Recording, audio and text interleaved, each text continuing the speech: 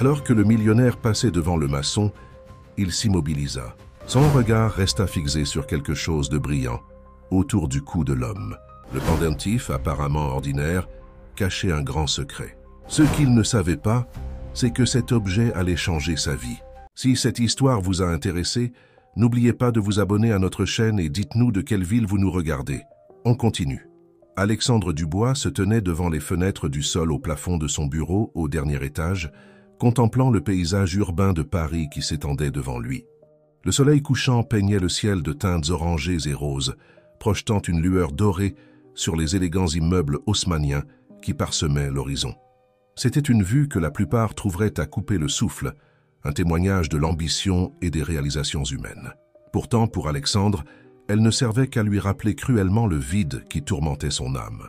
À 45 ans, Alexandre incarnait la réussite dans le monde des affaires. Son entreprise, Dubois Entreprises, était une puissance mondiale dans le développement immobilier et l'innovation technologique. Forbes l'avait récemment nommé l'un des plus jeunes milliardaires français autodidactes. Son nom était synonyme de richesse, de pouvoir et d'influence.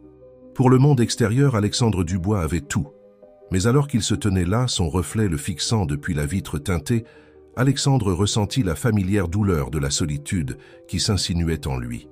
Son costume parfaitement taillé et ses cheveux expertement coiffés ne pouvaient masquer la lassitude dans ses yeux ou le léger affaissement de ses épaules. Le succès, avait-il appris, était un compagnon bien froid. Avec un profond soupir, Alexandre se détourna de la fenêtre et retourna à son bureau.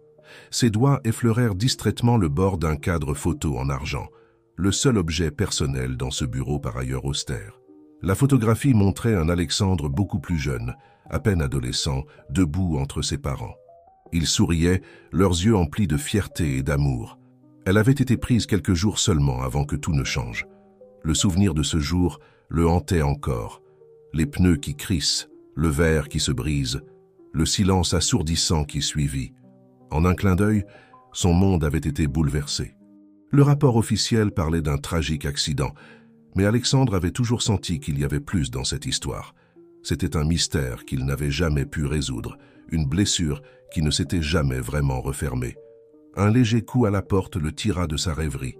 Monsieur Dubois, sa assistante, Sophie, passa la tête par l'entrebâillement. « Je suis désolé de vous déranger, mais vous m'aviez demandé de vous rappeler la visite du chantier demain. » Alexandre hocha la tête, reconnaissant pour cette distraction. « Merci, Sophie.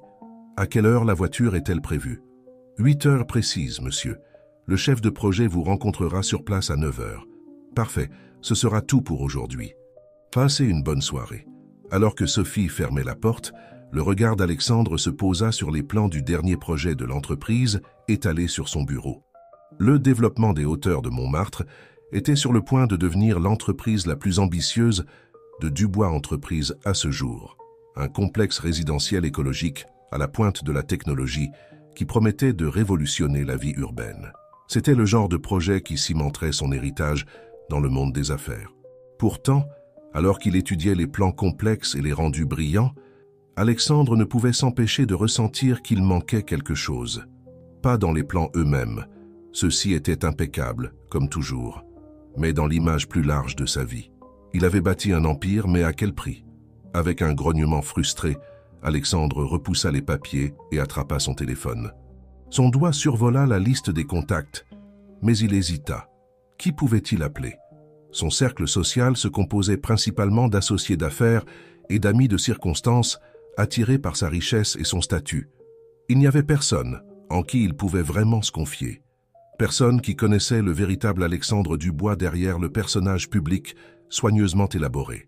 Alors que les derniers rayons de soleil s'estompèrent dans le ciel, Alexandre se dirigea vers l'ascenseur privé qui le conduirait à son appartement au dernier étage. La montée fut rapide et silencieuse, tout comme son ascension au sommet du monde des affaires. Lorsque les portes s'ouvrirent, il pénétra dans le vaste espace minimaliste qu'il appelait son chez-soi. L'appartement était une vitrine du design moderne et du luxe, avec tous les équipements dont on pouvait rêver. Pourtant, alors qu'Alexandre traversait les pièces, il se sentait comme un étranger dans sa propre maison. Les murs étaient ornés d'œuvres d'art coûteuses, mais aucune n'avait de signification personnelle. Les étagères étaient remplies de livres qu'il n'avait jamais lus, de souvenirs de lieux qu'il avait visités mais jamais vraiment expérimentés. Dans la cuisine, il se versa un verre de whisky, un rare Macallan de 30 ans, car pourquoi se contenter de moins, et sortit sur la terrasse. L'air nocturne était frais contre sa peau, un répit bienvenu face au vide étouffant à l'intérieur. Alors qu'il sirotait son verre, l'esprit d'Alexandre vagabonda vers la visite du chantier prévue pour le lendemain. C'était une partie routinière de son travail, qu'il déléguait habituellement à ses chefs de projet. Mais dernièrement, il avait ressenti le besoin d'être plus impliqué, de se sentir connecté à quelque chose de réel et de tangible. Peut-être, pensa-t-il, que cette visite apporterait l'étincelle dont il avait si désespérément besoin. Alexandre ne savait pas que le lendemain allait déclencher une chaîne d'événements qui remettrait en question tout ce qu'il pensait savoir sur lui-même, sa famille et l'empire qu'il avait bâti. Alors qu'il se tenait là, perdu dans ses pensées, les lumières de la ville scintillaient en contrebas, détenant des secrets qui allaient bientôt déchirer le tissu soigneusement construit de sa vie. Avec un dernier regard sur la ligne d'horizon scintillante, Alexandre termina son verre et rentra à l'intérieur. Il avait un départ matinal le lendemain et devait être en forme. Alors qu'il se préparait pour le lit, un étrange sentiment d'anticipation s'empara de lui, une sensation que quelque chose d'important se profilait à l'horizon. S'il savait à quel point il avait raison. Le soleil matinal avait à peine pointé à l'horizon lorsque la luxueuse Citroën noire d'Alexandre Dubois s'arrêta devant le chantier du développement des hauteurs de Montmartre. L'air était frais, empli de la promesse d'une nouvelle journée et du léger parfum de terre fraîchement retourné. Alors qu'Alexandre sortait de la voiture, il ajusta la veste de son costume sur mesure et prit une profonde inspiration, laissant l'énergie bouillonnante du chantier l'envahir. « Monsieur Dubois. »« Bienvenue, monsieur. » Le chef de projet, un homme trapu nommé François Lemaire, se précipita vers lui, casque à la main. « Nous ne vous attendions pas si tôt. » Alexandre offrit un sourire crispé. « Je préfère voir les choses telles qu'elles sont vraiment, François. Pas besoin de préparation de dernière minute pour moi. » Alors qu'il parcourait le chantier, Alexandre écoutait attentivement les mises à jour de François sur l'avancement du projet. Les fondations étaient presque terminées et les premiers étages de plusieurs bâtiments prenaient déjà forme. C'était un travail impressionnant, mais Alexandre sentait son esprit vagabonder, à la recherche de quelque chose, bien qu'il ne sût pas exactement quoi. « Et ici, monsieur, » continua François, en faisant un geste vers une section du chantier où un groupe d'ouvriers était rassemblé, « nous venons de commencer l'excavation pour le centre communautaire. Ce sera le joyau du développement, exactement comme vous l'aviez envisagé. » Alexandre hocha distraitement la tête, son attention soudainement captée par l'un des ouvriers. L'homme, vêtu d'un jean usé et d'une chemise à carreaux délavée, était agenouillé près d'un tas de débris fouillant soigneusement la terre. Il y avait quelque chose dans sa détermination concentrée qui frappa une corde sensible chez Alexandre. « Qui est-ce » demanda Alexandre, interrompant François au milieu de sa phrase. François suivit son regard. « Oh, c'est Michel Rivaud, l'un de nos meilleurs ouvriers. Il est avec nous depuis environ 5 ans maintenant. Il a commencé comme manœuvre générale, mais il a un vrai don pour les détails fins de la construction. Pourquoi demandez-vous, monsieur ?» Mais Alexandre se dirigeait déjà vers Michel, attiré par une envie inexplicable de le voir de plus près. Alors qu'il s'approchait, Michel leva les yeux, la surprise traversant ses traits burinés, alors qu'il reconnaissait le milliardaire propriétaire de l'entreprise. « Monsieur Dubois, » dit Michel, se levant rapidement et époussetant ses mains. « Tout va bien ?» Les yeux d'Alexandre étaient fixés sur quelque chose qui brillait dans la lumière du matin. Un petit objet pendait à une chaîne autour du cou de Michel. Son cœur commença à s'emballer, alors qu'il reconnaissait le design complexe, la façon dont la lumière jouait sur sa surface. Ce ne pouvait pas être, n'est-ce pas? « Ce pendentif, dit Alexandre, sa voix à peine plus élevée qu'un murmure. Où l'avez-vous eu? » La main de Michel se porta instinctivement au collier. « Cette vieille chose, je l'ai trouvée il y a quelques années lors d'un travail de démolition. Je me suis senti attiré par elle, vous savez. Je la porte depuis. » L'esprit d'Alexandre tournait à plein régime. Le pendentif était identique à celui qu'il avait perdu des décennies auparavant, un héritage familial qui avait disparu la nuit de l'accident qui avait coûté la vie à ses parents. Il l'avait cherché sans relâche, convaincu qu'il détenait une clé pour comprendre ce qui s'était réellement passé cette nuit fatidique. « Puis-je » demanda Alexandre tendant la main. Hésitant, Michel détacha le collier et le plaça dans la paume d'Alexandre. Au moment où le métal froid toucha sa peau, un flot de souvenirs le submergea. Il pouvait presque entendre la voix de sa mère, expliquant l'importance du pendentif, la façon dont il avait été transmis de génération en génération dans la famille Dubois. D'une main tremblante, Alexandre retourna le pendentif. Là, au dos, se trouvaient les minuscules marques distinctives qu'il savait y trouver. Une série de rayures apparemment aléatoires que son père avait toujours prétendu être une sorte de code, bien qu'il n'ait jamais expliqué ce que cela signifiait. « Monsieur Dubois, vous vous sentez bien ?» La voix inquiète de François brisa la rêverie d'Alexandre. Alexandre cligna des yeux, soudain conscient qu'il avait fixé le pendentif pendant plusieurs longs moments. Il leva les yeux pour voir François et Michel qui le regardaient avec des expressions inquiètes. « Je vais bien », dit-il, se ressaisissant rapidement. « Michel, ce pendentif, il est tout à fait extraordinaire. Seriez-vous disposé à me dire où vous l'avez trouvé exactement ?» Michel haussa les épaules. « Il n'y a pas grand-chose à dire, vraiment.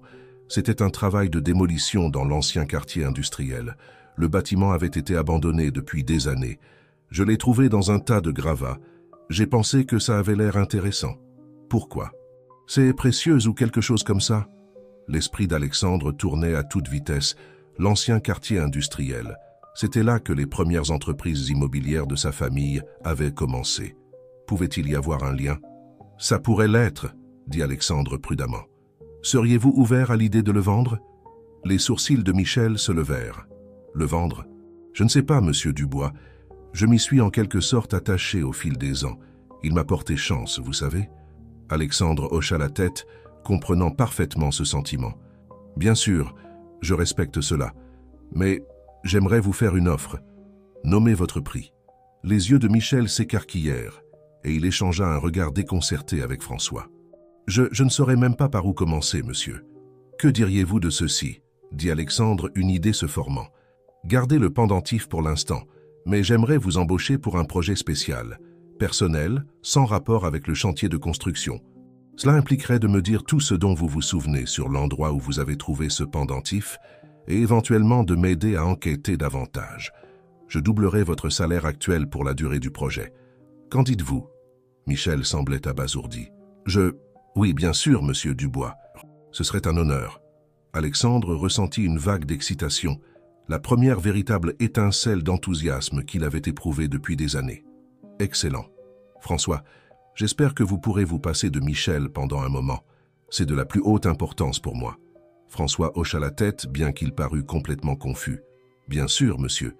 Tout ce dont vous avez besoin. » Alors qu'ils finalisèrent les détails, Alexandre ne pouvait se défaire du sentiment qu'il était au bord de quelque chose de monumental. La réapparition du pendentif, après toutes ces années, ne pouvait être une simple coïncidence. Cela devait signifier quelque chose. Pour la première fois depuis aussi longtemps qu'il s'en souvienne, Alexandre ressentit un sens du but, au-delà de la gestion quotidienne de son empire commercial. Il était déterminé à découvrir la vérité derrière le pendentif, peu importe où cela le mènerait. En quittant le chantier, l'esprit d'Alexandre tourbillonnait déjà de possibilités. Il devait aborder cela avec prudence, méthodiquement. Il aurait besoin d'aide, une aide discrète et professionnelle. En glissant sur le siège arrière de sa voiture, Alexandre sortit son téléphone et fit défiler ses contacts. Son doigt s'arrêta sur un nom qu'il n'avait pas appelé depuis des années. Jacques Hérault, détective privé. Jacques était le meilleur dans son domaine, connu pour sa discrétion et sa capacité à découvrir même les secrets les plus profondément enfouis. Si quelqu'un pouvait aider Alexandre à aller au fond de ce mystère, c'était Jacques. Avec une profonde inspiration, Alexandre appuya sur le bouton d'appel. Alors que le téléphone commençait à sonner, il ressentit un mélange d'anticipation et d'appréhension. Il était sur le point d'entreprendre un voyage dans son passé, un voyage qui pourrait potentiellement changer tout ce qu'il pensait savoir sur lui-même et sa famille. Alexandre ne savait pas que cette découverte inattendue sur le chantier n'était que le début. Le pendentif, avec ses secrets cachés, allait le conduire sur un chemin rempli de révélations choquantes, d'alliances inattendues et de dangers qu'il n'aurait jamais pu imaginer. Les fondations de son monde soigneusement construit étaient sur le point d'être ébranlées jusqu'à la moelle. Alors que la voix rauque de Jacques répondait au téléphone, Alexandre se prépara à ce qui allait suivre. Il n'y avait plus de retour en arrière possible maintenant. La recherche de la vérité avait commencé. Le faible bourdonnement des conversations dans le café chic parisien s'estompait en arrière-plan, tandis qu'Alexandre Dubois était assis face à Jacques Hérault, étudiant le détective privé grisonnant. Jacques n'avait pas beaucoup changé depuis leur dernière rencontre.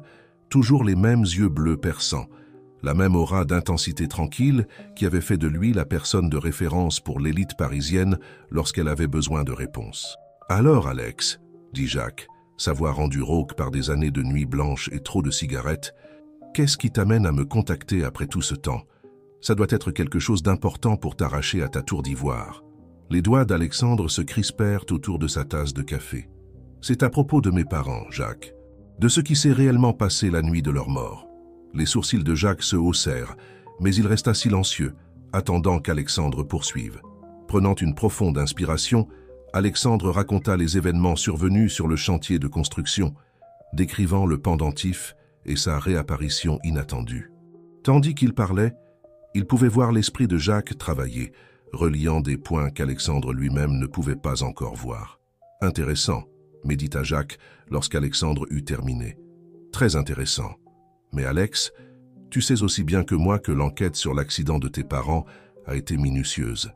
Qu'est-ce qui te fait penser qu'il y a plus à découvrir après toutes ces années ?» Alexandre se pencha en avant, sa voix basse et intense. « Appelle ça de l'intuition, Jacques. Ce pendentif, c'était plus qu'un simple héritage familial. Mon père laissait toujours entendre qu'il renfermait une sorte de secret.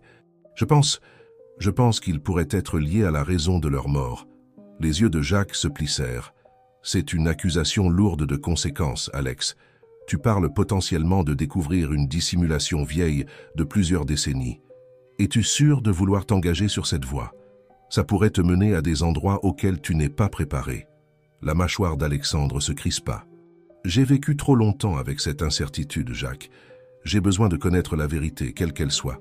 Peux-tu m'aider ?» Jacques se renversa dans son fauteuil, étudiant Alexandre pendant un long moment, avant d'acquiescer lentement. « D'accord, je marche, mais on fait ça à ma façon, pas de raccourci, peu importe combien d'argent tu mets sur la table. Et si je te dis de laisser tomber, tu écoutes. Marché conclu ?»« Marché conclu, » accepta Alexandre, ressentant un mélange de soulagement et d'appréhension. Au cours de l'heure suivante, ils mirent au point les détails de l'enquête. Jacques commencerait par se pencher sur l'histoire du pendentif, retraçant ses origines et tous les liens avec la famille Dubois. Pendant ce temps, Alexandre travaillerait avec Michel pour en découvrir davantage sur l'endroit où le pendentif avait été trouvé. Alors qu'il terminait, Jacques fixa Alexandre d'un regard sérieux. « Encore une chose, Alex, garde ça pour toi. S'il y a vraiment quelque chose à découvrir ici, on ne veut pas alerter ceux qui voudraient que ça reste enterré. » Alexandre acquiesça, comprenant la gravité de la situation. En quittant le café, il ressentit un étrange mélange d'émotions. L'excitation à l'idée de finalement découvrir la vérité, mais aussi un sentiment de malaise grandissant. Et si les réponses qu'il cherchait n'étaient pas celles qu'il voulait entendre? Les jours suivants passèrent dans un tourbillon d'activités. Alexandre se plongea dans l'enquête, passant des heures à éplucher de vieux documents et photographies de famille à la recherche d'indices qu'il aurait pu manquer au fil des ans. Il organisa également le transfert temporaire de Michel dans son équipe personnelle, au grand étonnement de ses cadres. C'est au cours d'une de ces séances de recherche nocturne qu'Alexandre tomba sur quelque chose d'intrigant. Dans un vieil album photo, il trouva une image de son père portant le pendentif lors de ce qui semblait être un événement professionnel. Mais c'est l'homme se tenant à côté de son père qui attira l'attention d'Alexandre. Victor Leclerc, l'ancien associé de son père, est maintenant l'un des plus grands rivaux d'Alexandre dans le monde de l'immobilier. L'esprit d'Alexandre s'emballa. Il se souvenait vaguement de Victor durant son enfance, toujours présent en périphérie des réunions familiales et professionnelles. Après le décès de ses parents, Victor s'était éloigné de la famille Dubois, bâtissant son propre empire pour rivaliser avec Dubois Entreprises. Victor pourrait-il en savoir davantage sur le pendentif et sa signification? Cette pensée taraudait Alexandre, mais il hésitait à le contacter directement. Si Victor était impliqué d'une manière ou d'une autre dans ce qui était arrivé à ses parents, le mettre en alerte pourrait être désastreux. Au lieu de cela, Alexandre décida de creuser plus profondément dans le passé de Victor et sa relation avec la famille Dubois. Il appela Jacques, partageant sa découverte et lui demandant d'enquêter sur tous les liens entre Victor Leclerc et la zone où Michel avait trouvé le pendentif. Au fur et à mesure que l'enquête progressait, Alexandre se rapprochait de Michel. La nature terre-à-terre du ouvrier du bâtiment et sa curiosité sincère pour l'histoire du pendentif étaient un changement rafraîchissant par rapport aux relations souvent superficielles du cercle social habituel d'Alexandre. Un soir, alors qu'ils examinaient de vieilles cartes du quartier industriel où le pendentif avait été trouvé, Michel se redressa soudainement, les yeux écarquillés. « Monsieur Dubois, je viens de me souvenir de quelque chose. Ce chantier de démolition où j'ai trouvé le pendentif, ce n'était pas n'importe quel vieux bâtiment. C'était une sorte de centre de recherche. Je me souviens avoir vu de vieux équipements de laboratoire dans les décombres. » Alexandre sentit un frisson lui parcourir l'échine. Un centre de recherche? Son père n'avait jamais mentionné être impliqué dans des recherches scientifiques. Que ne savait-il pas d'autre sur le passé de sa famille? Alors qu'il réfléchissait à cette nouvelle information, le téléphone d'Alexandre vibra avec un message de Jacques. « J'ai trouvé quelque chose d'important. Rendez-vous au bureau ASAP. » Le cœur battant, Alexandre saisit son manteau et se dirigea vers la porte. Il s'arrêta, se retournant vers Michel. « Tu veux venir? Tu fais autant partie de cette histoire que n'importe qui maintenant. » Michel acquiesça, son visage reflétant un mélange d'excitation et d'appréhension. Tandis qu'il descendait en ascenseur vers le parking souterrain, Alexandre ne pouvait se défaire du sentiment qu'ils étaient au bord d'une découverte majeure. Il était loin de se douter que les révélations qui les attendaient dans le bureau de Jacques ébranleraient les fondements même de tout ce qu'il croyait savoir sur sa famille, son entreprise et lui-même. Les ombres du passé étaient sur le point de sortir à la lumière, apportant avec elles des vérités qui changeraient à jamais le cours de la vie d'Alexandre Dubois. Alors qu'il quittait le parking souterrain et s'engageait dans la nuit parisienne animée, l'esprit d'Alexandre était en ébullition. Qu'avait découvert Jacques? Et surtout, était-il vraiment prêt à entendre les réponses qu'il cherchait depuis si longtemps? Les lumières de la ville défilaient, tandis qu'il se frayait un chemin dans les rues, chaque instant les rapprochant de la révélation des secrets cachés dans l'énigmatique pendentif. Alexandre jeta un coup d'œil à Michel, qui regardait par la fenêtre avec un air émerveillé, s'adaptant visiblement encore à être emporté dans ce tourbillon de mystères et d'intrigues. « Ça va ?» demanda Alexandre, soudain conscient à quel point tout cela devait être bouleversant pour l'ouvrier du bâtiment. Michel se tourna vers lui avec un petit sourire. « Ouais, c'est juste que je n'aurais jamais pensé être impliqué dans quelque chose comme ça.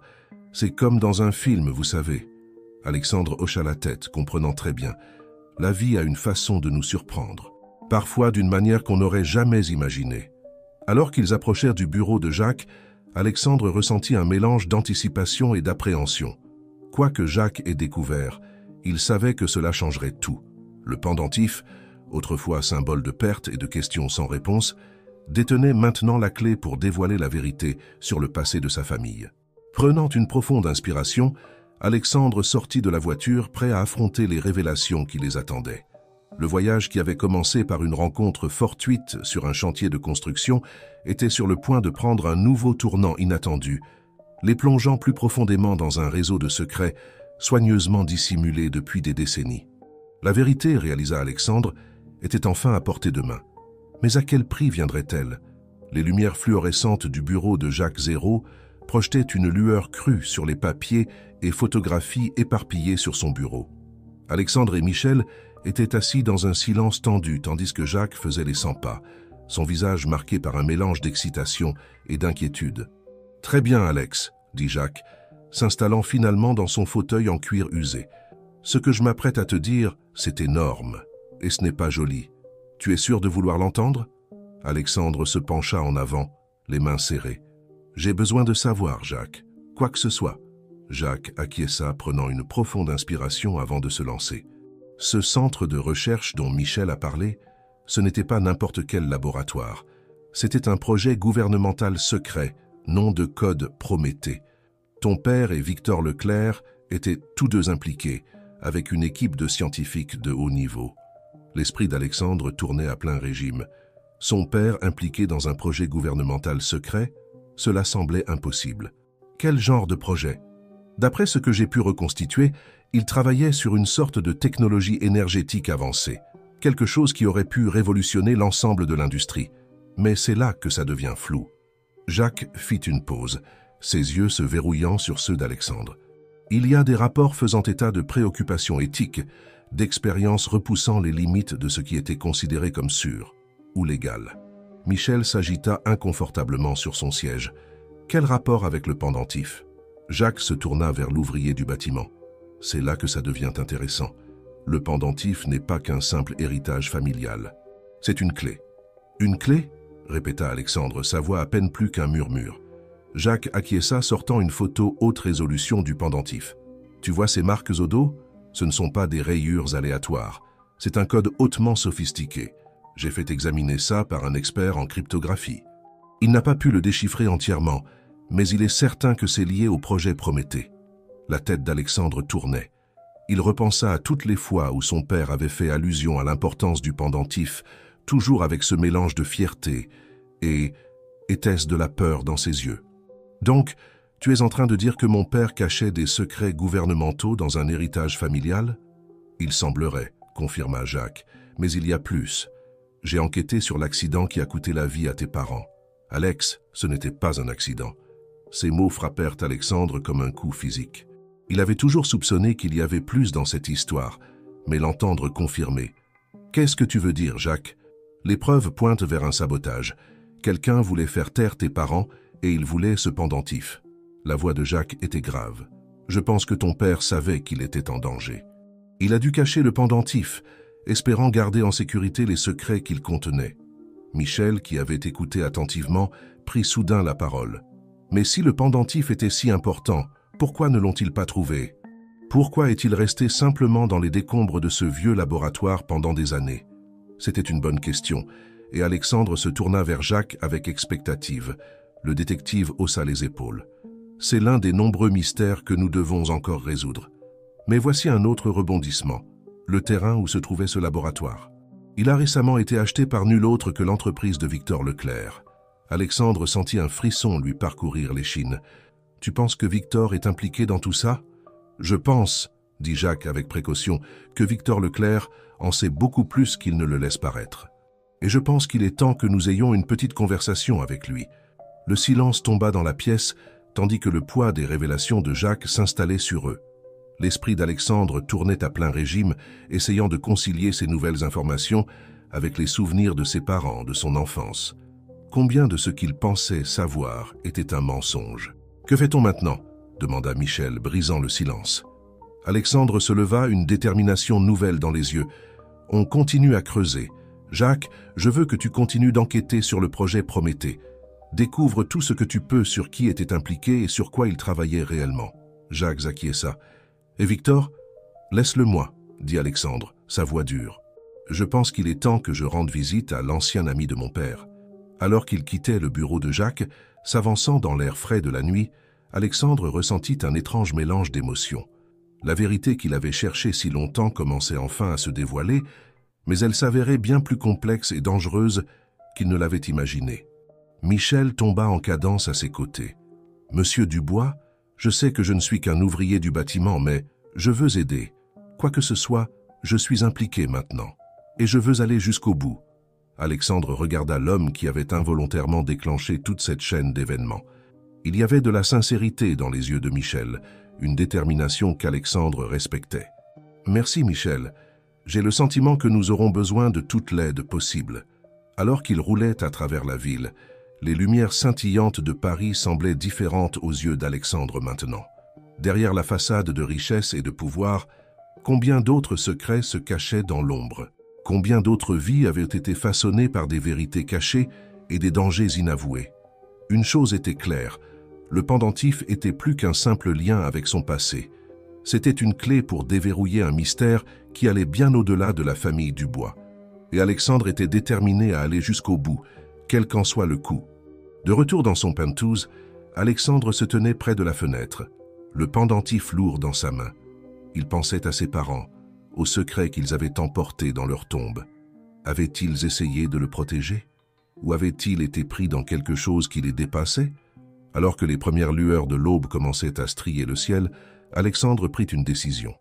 Il découvrirait la vérité sur le projet Prométhée, démasquerait les responsables de la mort de ses parents et ferait enfin sortir les secrets du passé à la lumière. Mais il ne savait pas que sa détermination à découvrir la vérité allait déclencher une série d'événements qui non seulement menaceraient sa vie et son empire, mais le forceraient aussi à affronter les aspects les plus sombres de l'héritage de sa famille. Alors qu'il se préparait pour la journée à venir, Alexandre ne pouvait s'empêcher de sentir qu'il se tenait au bord d'un précipice. La voie à suivre était enveloppée d'incertitude et de danger, mais il n'y avait plus de retour en arrière possible maintenant. Les secrets du passé commençaient enfin à se dévoiler, et Alexandre Dubois était au centre d'une tempête qui couvait depuis des décennies. Avec une profonde inspiration, il glissa le pendentif autour de son cou, sentant son poids contre sa poitrine. Ce n'était plus seulement un bijou, c'était un rappel de la vérité qu'il recherchait et des dangers qui l'attendaient. Alors qu'il quittait son pentouse, prêt à affronter Victor Hartmann et tous les autres défis qui l'attendaient, Alexandre savait que sa vie ne serait plus jamais la même. La quête de vérité avait commencé, et il n'y avait aucun moyen de savoir où elle le mènerait, ni ce qu'elle lui coûterait.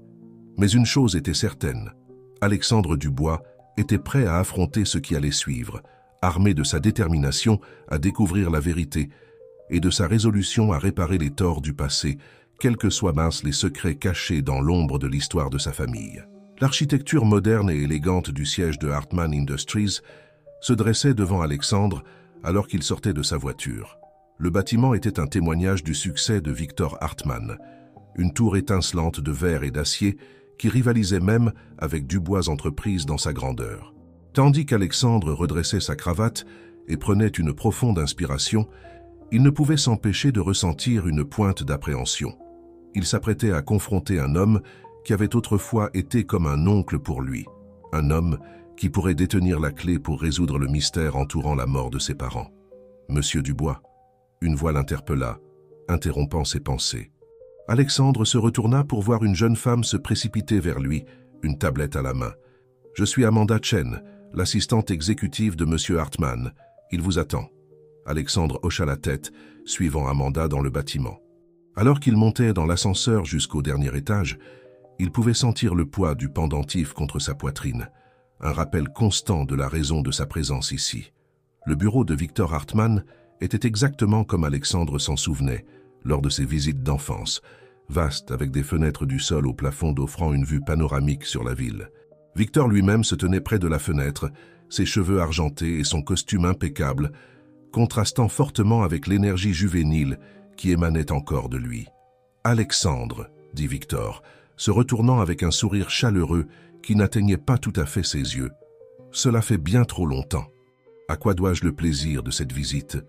Alexandre étudia l'homme devant lui, cherchant le moindre signe des secrets qu'il savait maintenant que Victor devait cacher. « Je pense que vous savez pourquoi je suis ici, Victor. Il s'agit de mes parents et du projet Prométhée. » Le changement dans le comportement de Victor fut subtil mais indéniable.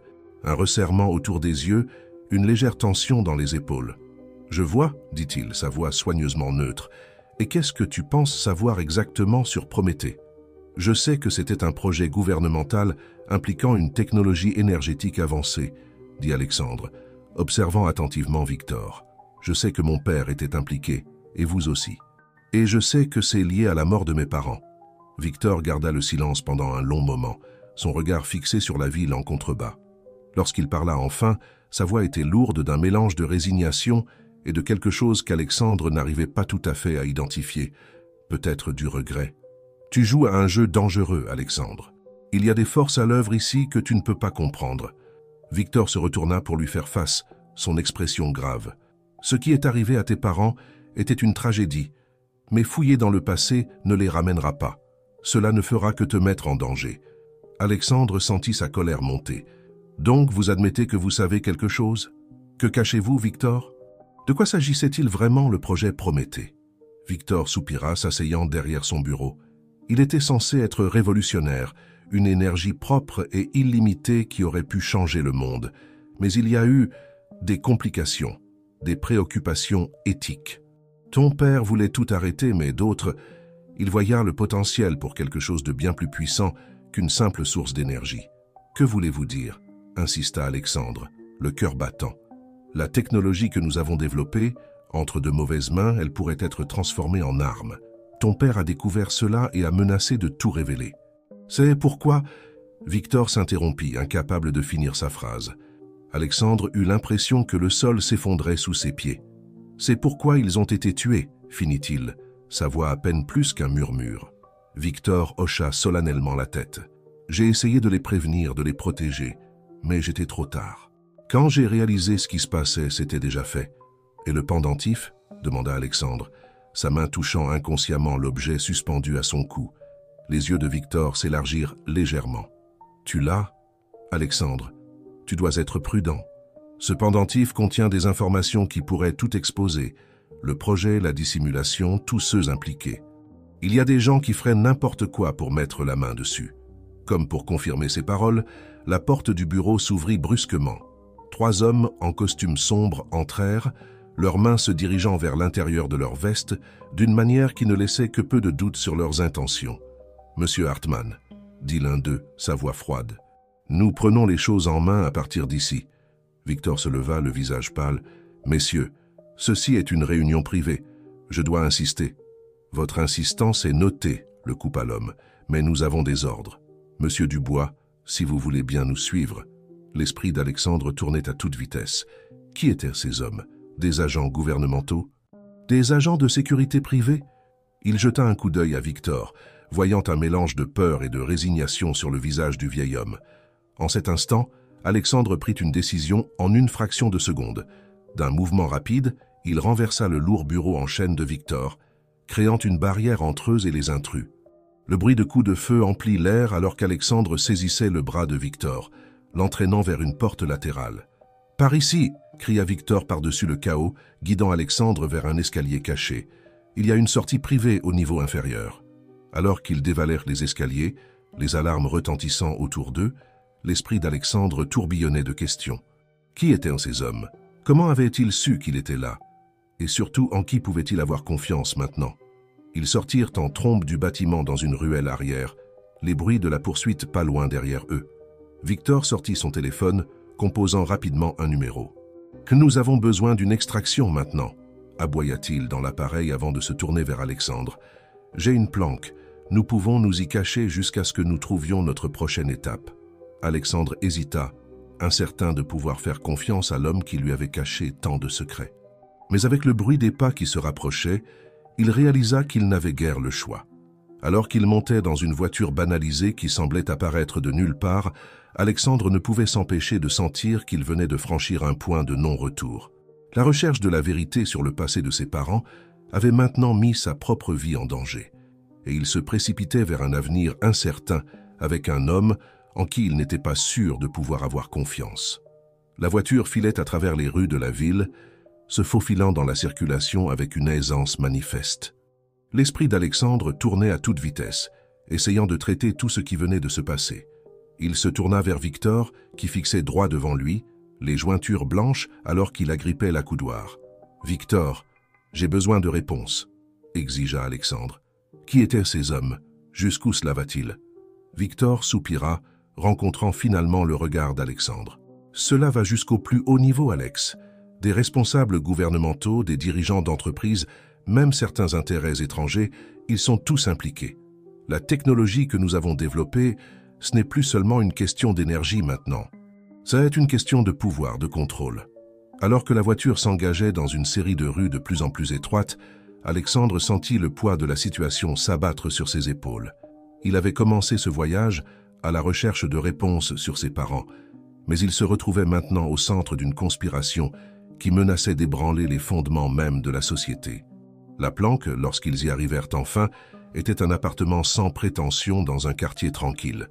Tandis que Victor sécurisait les verrous et activait ce qui ressemblait à un système de sécurité high-tech, le téléphone d'Alexandre vibra. C'était un message de Michel. « Monsieur Dubois, quelque chose s'est produit. Besoin de parler à SAP. » Alexandre montra le message à Victor qui hocha gravement la tête. « Fais-le venir ici. S'il est impliqué maintenant, il a aussi besoin de protection. » Alors qu'Alexandre tapait une réponse à Michel, lui donnant l'adresse, il ne pouvait s'empêcher de sentir que ce n'était que le début. Le pendentif autour de son cou semblait plus lourd que jamais, un lien tangible avec un passé rempli de secrets et un avenir chargé de dangers. Victor s'installa dans un fauteuil, l'air soudain vieux et fatigué. « Je suis désolé, Alexandre. Je n'ai jamais voulu que tu sois mêlé à tout ça. Ton père, il essayait de te protéger de tout cela. Alexandre s'assit en face de lui, l'esprit tourbillonnant de questions. Alors qu'ils attendaient l'arrivée de Michel, ils savaient que les prochaines heures seraient cruciales. La vérité sur le projet Prométhée, la mort de ses parents et les puissantes forces alignées contre eux étaient enfin à portée de main. Mais à quel prix cette vérité viendrait-elle? Et plus important encore, que ferait Alexandre de cette connaissance une fois qu'il l'aurait? Alors que le bruit d'une voiture qui s'arrêtait dehors brisait le silence tendu, Alexandre se prépara à ce qui allait suivre. Le jeu avait changé, et les enjeux étaient plus élevés qu'il n'aurait pu l'imaginer. La tension dans la planque était palpable, tandis qu'Alexandre faisait les 100 pas, attendant l'arrivée de Michel. Victor était assis silencieusement, ses yeux suivant les mouvements d'Alexandre, un mélange d'inquiétude et autre chose, peut-être du regret, gravé sur son visage. Une série de coups rapides et secs à la porte les fit sursauter tous les deux. Alexandre s'avança pour ouvrir, mais Victor leva la main, lui faisant signe d'attendre. Il s'approcha prudemment de la porte, vérifiant un petit moniteur caché dans le mur avant de finalement l'ouvrir. Michel entra en trébuchant, le visage pâle et les vêtements en désordre. « Monsieur Dubois » haleta-t-il, les yeux écarquillés de peur et de confusion. « Ils sont venus me chercher, à mon appartement. J'ai à peine réussi à m'échapper. » Alexandre guida Michel vers une chaise, l'esprit en ébullition. « Qui est venu te chercher, Michel? Que s'est-il passé ?» Alors que Michel reprenait son souffle, il raconta une histoire terrifiante d'homme en costume sombre qui avait fait irruption dans son petit appartement, exigeant de savoir où se trouvait Alexandre et ce qu'il savait du pendentif. « Je ne leur ai rien dit, » insista Michel, « mais ils ont mis l'endroit sens dessus dessous. Si votre ami détective ne m'avait pas averti d'être prudent, je ne m'en serais peut-être pas sorti à temps. » Victor, qui avait écouté attentivement, prit la parole. Il se rapproche. « Nous n'avons pas beaucoup de temps. » Il se tourna vers Alexandre. « Nous devons bouger. Maintenant. » Mais Alexandre n'était pas prêt à fuir. Pas encore. Pas quand il était si proche de la vérité. « Non, » dit-il fermement. « J'en ai assez d'être dans l'obscurité. Je veux des réponses, et je les veux maintenant. » Il fixa Victor d'un regard d'acier. « Tu vas tout me dire. Sur Prométhée, sur mes parents, tout. » Victor soupira lourdement, s'effondrant dans un fauteuil. Pendant un moment, il sembla avoir tout son âge, le poids des secrets et des années de culpabilité visibles dans l'affaissement de ses épaules. « Tu as raison, » dit-il doucement. « Tu mérites de connaître la vérité. Mais je te préviens, Alexandre, une fois que tu auras entendu cela, il n'y aura pas de retour en arrière. » Alors que Victor commençait à parler, toute l'ampleur du projet Prométhée commença à se dévoiler. Cela avait commencé comme une noble entreprise, une quête pour développer une énergie propre et illimitée qui pourrait révolutionner le monde. Le père d'Alexandre, avec Victor et une équipe de brillants scientifiques, avait été à l'avant-garde de cette recherche révolutionnaire. « Nous étions si proches », dit Victor, les yeux perdus dans ses souvenirs. « Nous avions créé un dispositif capable de capter l'énergie d'une manière dont nous n'avions jamais rêvé. Mais ensuite, nous avons découvert son véritable potentiel. La source d'énergie qu'ils avaient créée n'était pas seulement puissante, elle était adaptable. Entre de bonnes mains, elle pouvait effectivement fournir de l'énergie propre à des millions de personnes. Mais entre de mauvaises mains, elle pouvait être transformée en arme, créant une dévastation à une échelle inimaginable. « Ton père voulait tout arrêter, » poursuivit Victor. Il disait que les risques étaient trop grands. Mais d'autres, ils y ont vu une opportunité. Des responsables gouvernementaux, des intérêts corporatifs, tous voulaient une part de ce que nous avions créé. Alexandre écoutait, le cœur battant alors que les pièces commençaient à s'assembler. Et le pendentif? Où s'inscrit-il dans tout cela? Le regard de Victor se posa sur le pendentif autour du cou d'Alexandre. Ce pendentif contient la clé de tout. Ton père, homme brillant qu'il était, a crypté toutes les données critiques sur le projet dans ce minuscule appareil. Sans lui, personne ne peut reproduire ou contrôler la technologie que nous avons créée. Michel, qui avait écouté en silence stupéfait, prit la parole. « Mais pourquoi le cacher à la vue de tous? Pourquoi ne pas le détruire? Parce que ton père croyait qu'un jour, le monde pourrait être prêt pour cette technologie, » expliqua Victor s'adressant à Alexandre. Il voulait préserver la connaissance, mais la garder en sécurité jusqu'au bon moment. L'esprit d'Alexandre tournoyait. Le poids de l'héritage de son père, la responsabilité de la connaissance contenue dans le pendentif, c'était presque trop à supporter. Mais il y avait encore une question qui le brûlait. Et la mort de mes parents.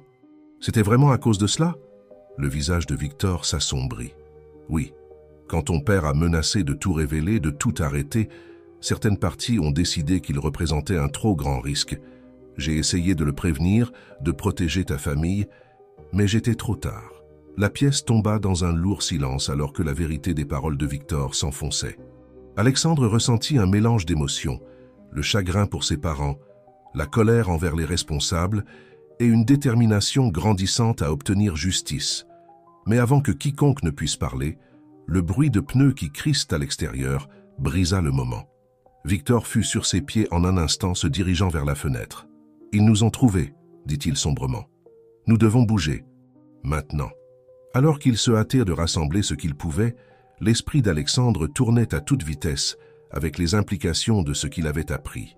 Le pendentif autour de son cou n'était plus seulement un lien avec son passé.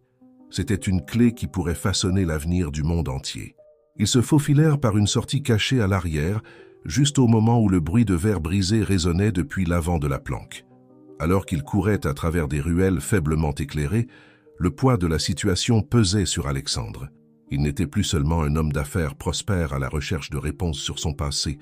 Il était maintenant le gardien d'un secret qui pourrait changer le cours de l'histoire. Michel gardait le rythme à ses côtés, son visage un mélange de peur et de détermination. « Monsieur Dubois, halta-t-il en courant, je sais que je ne suis qu'un ouvrier du bâtiment, mais je veux que vous sachiez.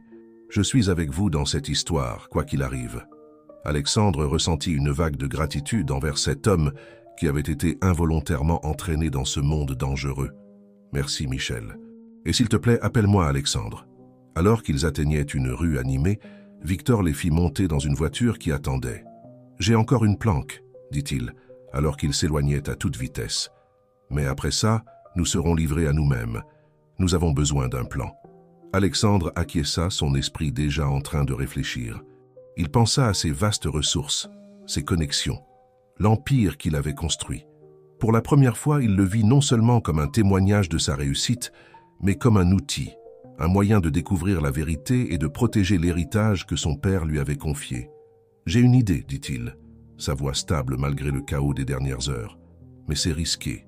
Cela pourrait nous coûter tout. » Victor et Michel le regardèrent avec expectative.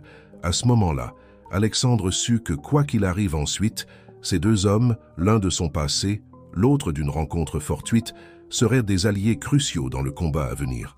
Alors que la voiture zigzaguait dans les rues de la ville, Alexandre commença à exposer son plan. C'était audacieux, peut-être même téméraire, mais alors que le poids du pendentif pressait contre sa poitrine, il savait que c'était leur meilleur espoir, non seulement pour survivre, mais pour faire éclater la vérité et honorer le sacrifice que ses parents avaient fait. Les lumières de la ville défilaient devant les vitres de la voiture, un arrière-plan approprié au tourbillon de révélations et de dangers auxquels ils avaient été confrontés. Alexandre Dubois, qui avait commencé ce voyage en cherchant des réponses sur son passé, se retrouvait maintenant à foncer vers un avenir incertain, portant un secret qui pourrait changer le monde. Alors que l'aube commençait à poindre sur la ligne d'horizon de la ville, Alexandre se prépara pour les défis à venir. La recherche de la vérité était devenue un combat pour la justice et il était déterminé à aller jusqu'au bout, quel qu'en soit le prix. La douce lueur des écrans d'ordinateur illuminait les visages d'Alexandre, Victor et Michel alors qu'ils se blottissaient dans le centre de commandement improvisé qu'ils avaient installé dans le sous-sol d'un entrepôt abandonné de Dubois Entreprises. Cela faisait 3 jours qu'ils s'étaient échappés de justesse de la planque et pendant ce temps, le plan d'Alexandre avait commencé à prendre forme. « Tu es sûr de ça, Alex ?» demanda Victor, sa voix teintée d'inquiétude. « Une fois que nous aurons mis cela en mouvement, il n'y aura pas de retour en arrière. » Alexandre hocha la tête, les yeux fixés sur les écrans devant lui. « C'est le seul moyen. Nous devons tout mettre en lumière. » Le plan était audacieux, c'était le moins qu'on puisse dire. Utilisant ses ressources considérables et le réseau qu'il avait construit au fil des ans, Alexandre avait l'intention d'orchestrer une diffusion simultanée d'informations sur le projet Prométhée aux principaux organes de presse, aux organismes de surveillance gouvernementaux et à certaines personnalités influentes à travers le monde. Les données contenues dans le pendentif, combinée aux preuves qu'ils avaient rassemblées, exposerait la conspiration et ceux qui se cachèrent derrière. Mais il ne s'agissait pas seulement de révéler la vérité. Alexandre avait un second objectif tout aussi crucial, présenter les avantages potentiels de la technologie Prométhée d'une manière qui captiverait l'imagination du monde et empêcherait qu'elle ne soit enterrée ou transformée en arme. Michel, qui s'était avéré étonnamment doué en technologie, leva les yeux de son poste de travail. Les serveurs sécurisés sont prêts. Une fois que nous aurons téléchargé les données, elles seront distribuées simultanément à tous les destinataires désignés. Alexandre ressentit un mélange de fierté et de gratitude en regardant Michel. L'ouvrier du bâtiment avait fait preuve d'une loyauté et d'une compétence incroyable au cours des derniers jours, apprenant rapidement à naviguer dans le monde complexe dans lequel il se trouvait maintenant. « Bon travail, Michel », dit Alexandre, posant une main sur son épaule. « Je ne sais pas comment nous nous en serions sortis sans toi. » Victor, qui avait épluché des documents juridiques, les rejoignit à la console principale. « J'ai fini de rédiger les communiqués de presse et les déclarations. Une fois que cela sera diffusé, chaque grande organisation de presse et agence gouvernementale se précipitera pour réagir. » Alexandre prit une profonde inspiration, sentant le poids du moment. « Très bien, il est temps. Allons-y. » Ces paroles furent coupées par le hurlement soudain des alarmes. Des lumières rouges clignotaient dans tout le sous-sol, tandis qu'une voix informatisée annonçait « Violation de sécurité détectée. Plusieurs intrus en approche. »« Comment nous ont-ils trouvés ?» s'exclama Michel, ses doigts volant sur le clavier alors qu'il essayait d'évaluer la menace.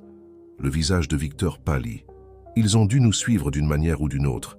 Nous devons bouger maintenant. » Mais Alexandre resta sur ses positions, un air de détermination s'installant sur ses traits. « Non, nous tenons notre position ici. Michel, lance le téléchargement. Victor, prépare-toi à diffuser notre message. Je vais nous gagner du temps. » Avant que l'un ou l'autre homme ne puisse protester, Alexandre se dirigeait déjà vers les escaliers, le pendentif serré fermement dans sa main. Lorsqu'il atteignit le rez-de-chaussée de l'entrepôt, il pouvait entendre le bruit de véhicules qui s'arrêtaient brusquement à l'extérieur. À travers les fenêtres poussiéreuses, Alexandre vit un groupe d'hommes en tenue tactique s'approcher du bâtiment. À leur tête se trouvait un visage qu'il reconnaissait, Jonathan Clément, un haut responsable gouvernemental qui avait toujours semblé trop intéressé par les affaires de Dubois Entreprises. L'esprit d'Alexandre tournait à toute vitesse. La présence de Clément confirmait ses soupçons sur le niveau élevé de la conspiration.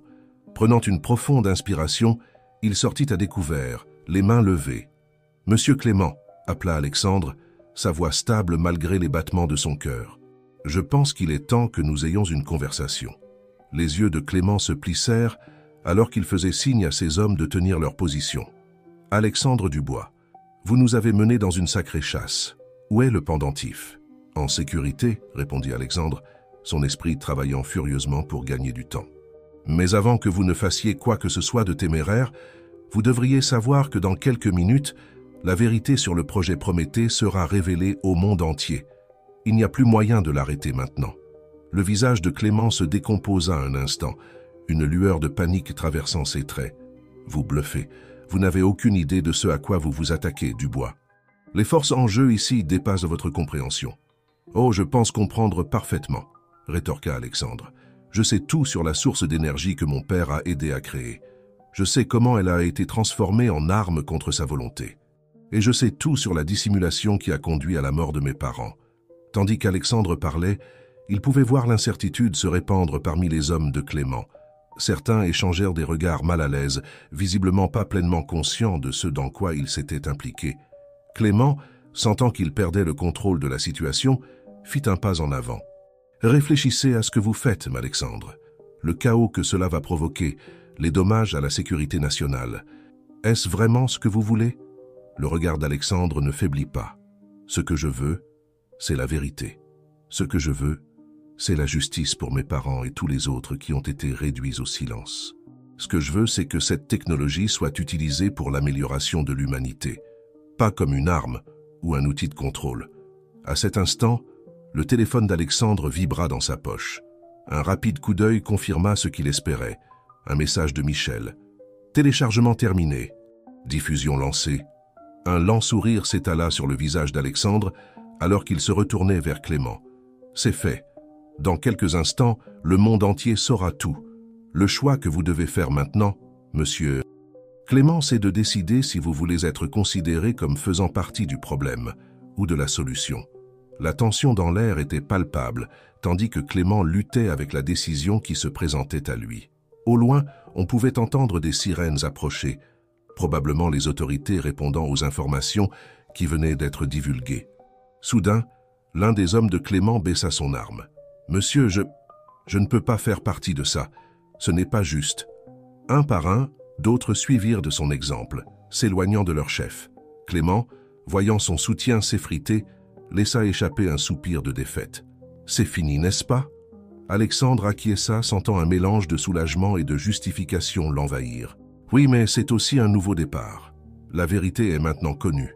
Ce qui se passera ensuite dépend de nous tous. » Alors que le son des sirènes se rapprochait, Alexandre pensa à ses parents, à l'héritage qu'ils avaient laissé derrière eux. Il pensa à Michel et Victor, qui avaient tout risqué pour l'aider dans ce voyage. Et il pensa à l'avenir, un avenir qui, pour la première fois depuis des années, semblait brillant de possibilités. Les heures suivantes passèrent dans un tourbillon d'activités. Les forces de l'ordre arrivèrent, suivies de près par une nuée de médias. Alexandre, avec Victor et Michel à ses côtés, raconta leur histoire, la vérité complète et sans phare sur le projet Prométhée, la conspiration pour le garder caché et le potentiel qu'il représentait pour changer le monde. À l'aube, Alexandre se tenait devant une mer de caméras et de microphones, le pendentif pendant fièrement autour de son cou. « Aujourd'hui marque un nouveau chapitre », commença-t-il, sa voix forte et claire. « Un chapitre de transparence, de responsabilité et d'espoir. La technologie que mon père a aidé à créer a le pouvoir de transformer notre monde pour le meilleur. Il est temps que nous l'utilisions avec sagesse. » La réaction fut immédiate et écrasante. Les réseaux sociaux explosèrent de discussions et de débats. Les gouvernements du monde entier publièrent des déclarations, certaines défensives, d'autres appelant à une coopération internationale. La communauté scientifique était en effervescence face aux possibilités que présentait la technologie Prométhée. Alors qu'Alexandre s'éloignait enfin de la conférence de presse, épuisé mais exalté, il sentit une main sur son épaule. C'était Michel, un regard d'émerveillement sur le visage.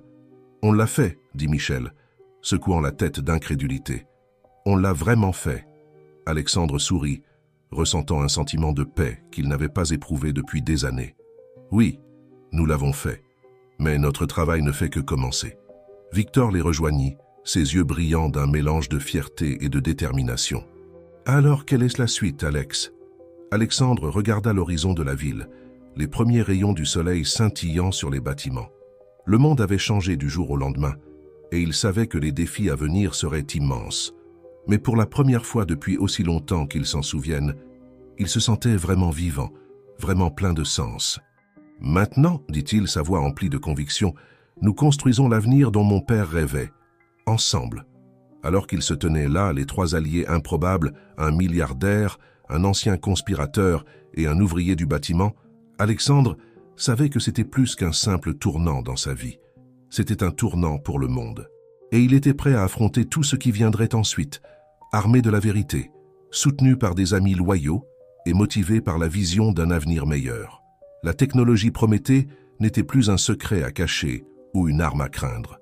C'était un phare d'espoir, un outil de progrès et un témoignage de la puissance de la vérité et de la persévérance.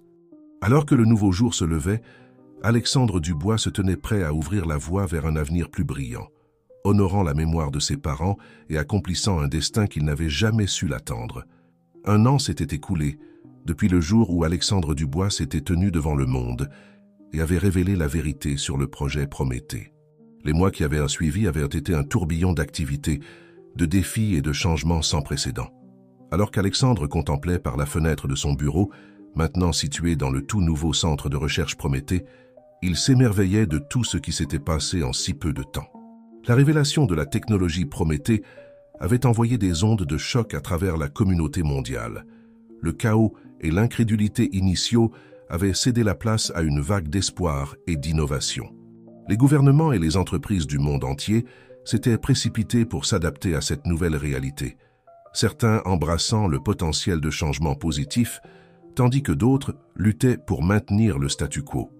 Alexandre avait été au premier plan de tout cela, travaillant sans relâche pour s'assurer que la technologie soit utilisée pour l'amélioration de l'humanité. Le centre de recherche Prométhée, financé par une partie importante de sa fortune personnelle et des contributions de nations et d'organisations tournées vers l'avenir, était devenu un phare de progrès scientifique et d'innovation éthique. Un coup à la porte interrompit sa rêverie. « Entrez !» appela Alexandre se détournant de la fenêtre. Michel entra, une tablette à la main et un air d'excitation sur le visage. L'ancien ouvrier du bâtiment avait subi une transformation remarquable au cours de l'année écoulée, devenant un membre clé de l'équipe Prométhée. Sa compréhension innée de la technologie, combinée à sa perspective terre-à-terre, s'était avérée inestimable. « Alex, tu vas vouloir voir ça », dit Michel, lui tendant la tablette. Les résultats du dernier test de distribution d'énergie sont arrivés. Nous avons réussi à augmenter l'efficacité de 15% supplémentaire. Les yeux d'Alexandre s'écarquillèrent alors qu'il parcourait les données. « C'est incroyable, Michel. Avec ce niveau d'efficacité, nous pourrions potentiellement fournir de l'énergie propre à des millions de personnes de plus que ce que nous avions initialement prévu. » Michel hocha la tête, un sourire fier sur le visage. « C'est grâce à toute l'équipe. Tout le monde a travaillé jour et nuit pour que cela se produise. » Alors qu'ils discutaient des implications de cette percée, Victor entra dans le bureau. L'année écoulée l'avait vieilli, le stress d'avoir avoué son implication dans la dissimulation initiale ayant pris son tribut.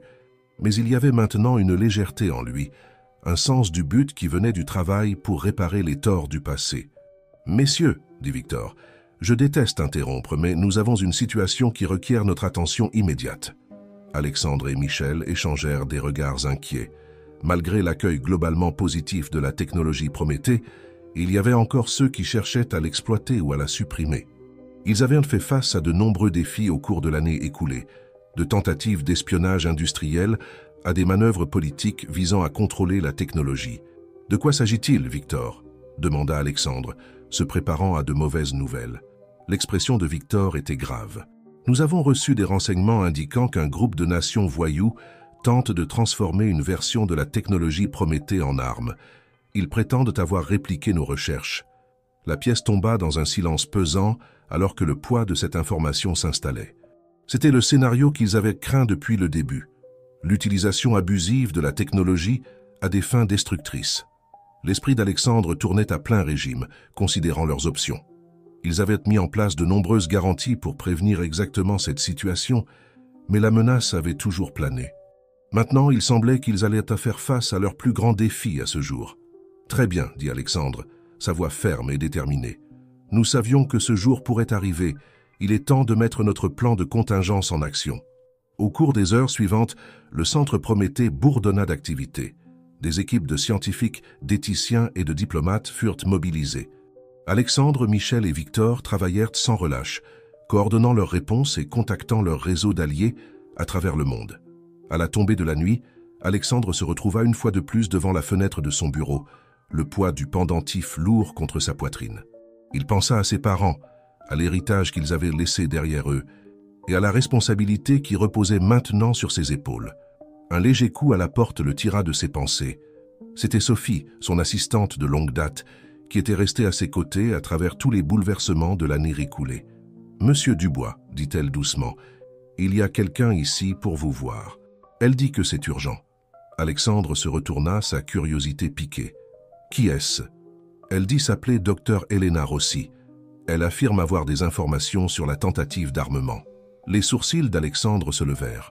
Le docteur Rossi était une physicienne renommée qui avait été notablement absente de la discussion mondiale entourant la technologie Prométhée. Son apparition soudaine était pour le moins intrigante. « Faites-la entrer », dit Alexandre, rajustant sa cravate. Le docteur Rossi entra dans le bureau, son regard perçant se fixant immédiatement sur Alexandre. C'était une femme frappante d'une 50aine d'années, aux cheveux poivre et sel et dégageant une aura d'intelligence redoutable. « Monsieur Dubois, dit-elle, sa voix portant un léger accent italien. « Merci de me recevoir à si court préavis. Je crois pouvoir vous aider à prévenir une catastrophe. » Au cours de l'heure suivante, le docteur Rossi révéla une vérité stupéfiante. Elle avait fait partie d'une task force internationale secrète, formée à la suite de la révélation de Prométhée, dédiée à prévenir l'utilisation abusive de la technologie. Son équipe avait infiltré le groupe tentant d'armer Prométhée et avait recueilli des renseignements critiques. « Mais pourquoi venir me voir maintenant ?» demanda Alexandre, assimilant encore les implications de son histoire. L'expression du docteur Rossi s'adoucit légèrement. « Parce que, monsieur Dubois, j'ai travaillé avec votre père il y a de nombreuses années. Je l'ai connu comme un homme d'intégrité et de vision. Quand j'ai vu comment vous avez choisi de révéler la vérité et de travailler pour l'amélioration de l'humanité, j'ai su que vous étiez du même bois. Nous avons besoin de votre aide pour stopper cette menace une fois pour toutes. » Alors que le docteur Rossi exposait son plan, Alexandre sentit un sens renouvelé du but l'envahir. C'était pour cela que son père avait préservé la connaissance de Prométhée. C'était pour cela qu'il s'était battu si durement pour amener la vérité à la lumière. Il ne s'agissait pas seulement d'énergie propre ou d'avancées technologiques. Il s'agissait de façonner un avenir meilleur pour toute l'humanité. Les semaines suivantes furent un tourbillon d'activités. Alexandre, travaillant en étroite collaboration avec le docteur Rossi et son équipe, orchestrait une réponse mondiale à la menace d'armement. Il combinait pression diplomatique, contre-mesures technologiques et une campagne massive de sensibilisation du public pour exposer et neutraliser le danger. La confrontation finale eut lieu par une nuit pluvieuse à Genève.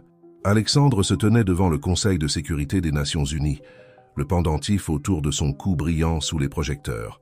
Avec éloquence et passion, il plaida en faveur d'un nouveau traité international, un traité qui garantirait l'utilisation éthique de la technologie Prométhée et empêcherait son armement. « Nous sommes à la croisée des chemins », conclut Alexandre, sa voix résonnant dans la salle. « Le pouvoir que nous possédons maintenant peut illuminer le monde ou le plonger dans les ténèbres. Le choix nous appartient. Choisissons avec sagesse, pas seulement pour nous-mêmes, mais pour les générations à venir. » La réponse fut écrasante. Une à une, les nations promirent leur soutien. Le traité fut signé, marquant un nouveau chapitre dans la coopération mondiale et la responsabilité scientifique. Dans les années qui suivirent, le monde connut une transformation. L'énergie propre alimentait villes et villages. La coopération internationale atteignit des niveaux sans précédent. Le centre de recherche Prométhée devint un pôle mondial pour l'avancement scientifique éthique, s'attaquant à des défis allant du changement climatique à la prévention des maladies. Et au cœur de tout cela se trouvait Alexandre Dubois, l'homme qui avait commencé son voyage en cherchant des réponses sur son passé pour devenir l'architecte de l'avenir de l'humanité. Le pendentif, désormais exposé dans un musée comme symbole de cette nouvelle ère, servait de rappel de la puissance de la vérité, de l'importance de la responsabilité éthique et de l'héritage durable de ceux qui osent rêver d'un monde meilleur. Alors qu'Alexandre regardait une nouvelle génération de scientifiques et d'innovateurs poursuivre le travail qu'il avait commencé, il ressentit un profond sentiment de paix. Le vide qu'il avait autrefois consumé était rempli de buts et d'espoir. Il n'avait pas seulement découvert la vérité sur le passé de sa famille, mais avait également forgé une nouvelle voie pour l'avenir de l'humanité. Un soir tranquille, alors que le soleil se couchait sur le centre de recherche Prométhée, Alexandre se retrouva dans son bureau, entouré de photos et de souvenirs du voyage qui l'avait amené à ce point. Il y avait une photo de lui avec Michel et Victor, prise juste après leur audacieuse évasion des années auparavant. Une autre montrait la signature du traité mondial Prométhée. Et là, sur son bureau, se trouvait une projection holographique du pendentif, ses secrets maintenant pleinement compris et son potentiel réalisé. Alors que la nuit tombait et que les lumières du centre de recherche illuminèrent les jardins, Alexandre sourit pour lui-même. Le voyage qui avait commencé par une rencontre fortuite sur un chantier de construction avait conduit à l'aube d'une nouvelle ère pour l'humanité. Et bien que des défis se présenteraient toujours, il savait qu'avec du dévouement, de l'intégrité et la puissance de l'ingéniosité humaine, aucun obstacle n'était trop grand pour être surmonté. L'histoire de Prométhée, autrefois un mythe du feu volé aux dieux, avait été réécrite. Maintenant, c'était un conte de connaissances librement données, de pouvoirs responsablement exercés et d'un avenir brillant de possibilités. Alexandre Dubois, fils de visionnaire, ami de l'improbable et berger d'un nouvel âge, ferma les yeux et respira profondément. Le vide en lui avait disparu, remplacé par un sentiment d'accomplissement et de but qu'il avait recherché pendant si longtemps. Alors qu'il se préparait à quitter son bureau pour la nuit, Alexandre jeta un dernier regard au pendentif holographique. Il scintillait dans la faible lumière, un rappel d'où il venait et un symbole de tout ce qui était encore à venir. Avec un soupir satisfait, Alexandre éteignit les lumières et sortit dans le couloir. Demain apporterait de nouveaux défis, de nouvelles découvertes et de nouvelles opportunités de rendre le monde meilleur. Et il était prêt pour tout cela.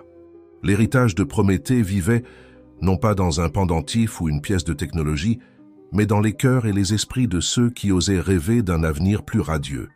Et alors qu'Alexandre Dubois marchait vers cet avenir, il savait que les plus grands chapitres de l'histoire de l'humanité restaient encore à écrire.